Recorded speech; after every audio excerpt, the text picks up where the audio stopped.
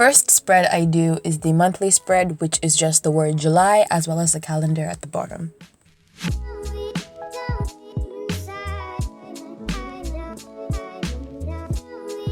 And now I'm just adding some color accents to the title as well as the calendar.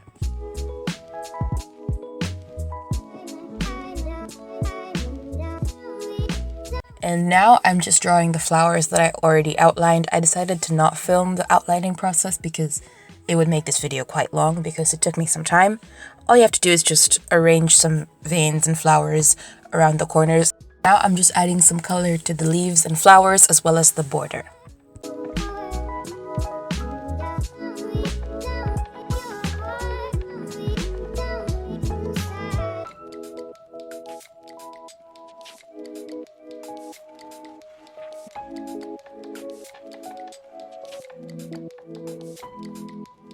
This next spread is my summer checklist, which is basically just a big to-do list for the summer. I don't like arranging this into weekly or monthly sections because on my summer break, I just do things. I don't really do them in order, but I just get to them at some point.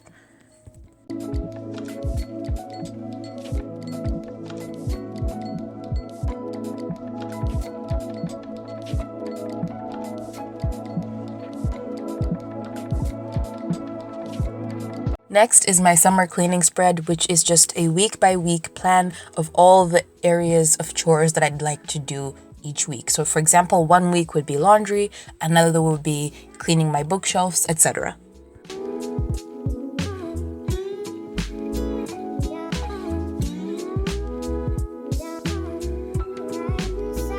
This daily timetable is a plan of the things that I need to do every certain day. So this replaces my weekly spread during the summer because I just put the things that I need to do every Monday, every Tuesday, every Wednesday, and so forth. And I just do those things, and once I'm done, it's just free time.